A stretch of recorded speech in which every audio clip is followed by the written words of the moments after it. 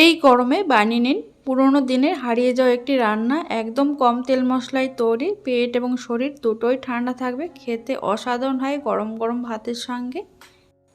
এইভাবে অবশ্যই বাড়িতে একবার বানিয়ে খেয়ে দেখুন, কথা দিচ্ছি সবার ভীষণ ভালো লাগবে। দেখুন রেসিপিটি তৈরি করার জন্য এখানে আমি 1 কাপ মটর ডাল আগের দিন রাত্রেবেলায় ভালো করে ধুয়ে ভিজিয়ে রেখেছিলাম। তারপরে জলটা ঝরিয়ে একটা মিক্সিং জারের মধ্যে দিয়ে দিলাম। এর মধ্যে আমি দিয়ে দেবো একটা কাঁচা লঙ্কা।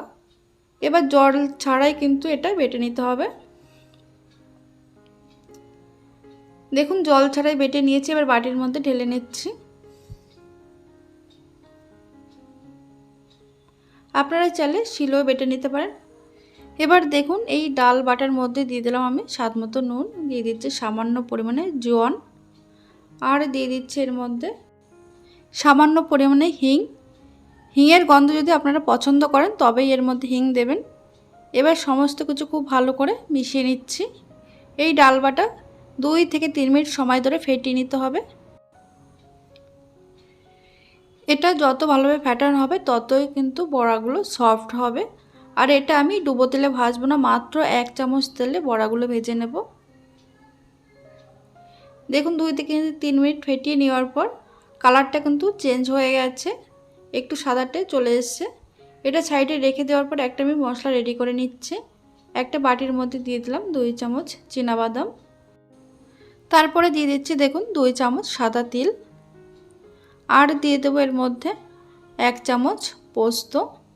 1 চামচের থেকে একটু কম নিয়েছি পোস্ত। এবার জল দিয়ে একদম মিহি করে বেটে নিতে হবে। দেখুন শিলে বেটে নিয়েছি অল্প জল দিয়ে। এই রান্নাতে আর কোনো মশলা ব্যবহার করা যাবে না। দেখুন এবার বড়াগুলো ভাজার জন্য মাত্র 1 চা চামচ মতো সরষের তেল দিয়ে দিলাম ফ্রাই প্যানে। তেলটা চারিদিকটা ভালো করে ছড়িয়ে দেওয়ার পর গ্যাসের আঁচ একদম লোতে রেখেছি। তারপরে এরকম মিডিয়াম সাইজ করে বড়িগুলো বানিয়ে নেব।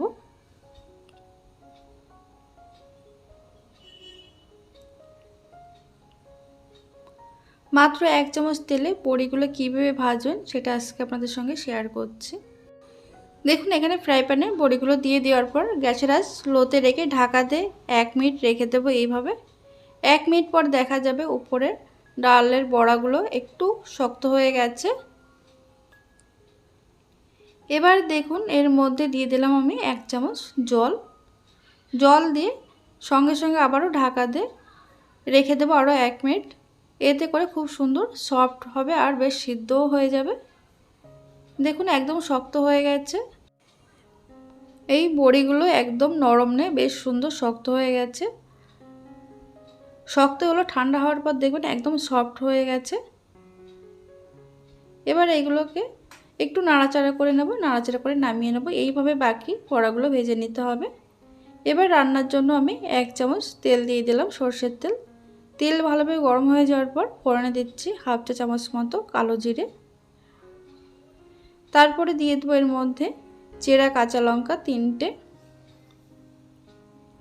দিয়ে দিলাম একটা মিডিয়াম সাইজের টমেটো কুচি। টমেটো এখানে একটু বড় বড় করে কেটে নিয়েছি। এবার এর মধ্যে দিয়ে দিলাম সামান্য নুন দিয়ে টমেটো হালকা একটু ভেজে নেব।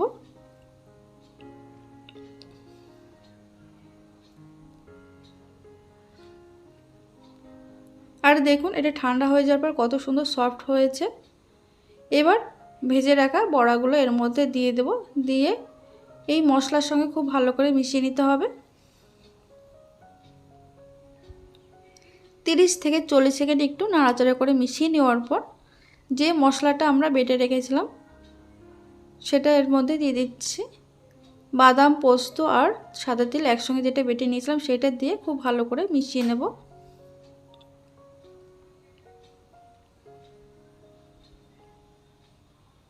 মিডিয়াম আঁচে 1 মিনিট কষিয়ে নেব, এতে করে মশলার কাঁচা গন্ধটাও চলে যাবে।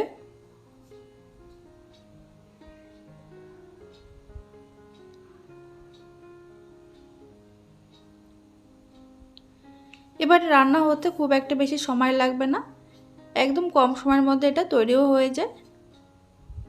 দেখুন 1 মিনিট কষিয়ে নেওয়ার পর এর মধ্যে আমি দিয়ে দেব 2 বাটি মতো জল। যেহেতু এখানে অনেকগুলো বড়া রয়েছে তাই জলের পরিমাণটা একটু বেশি দিতে হবে।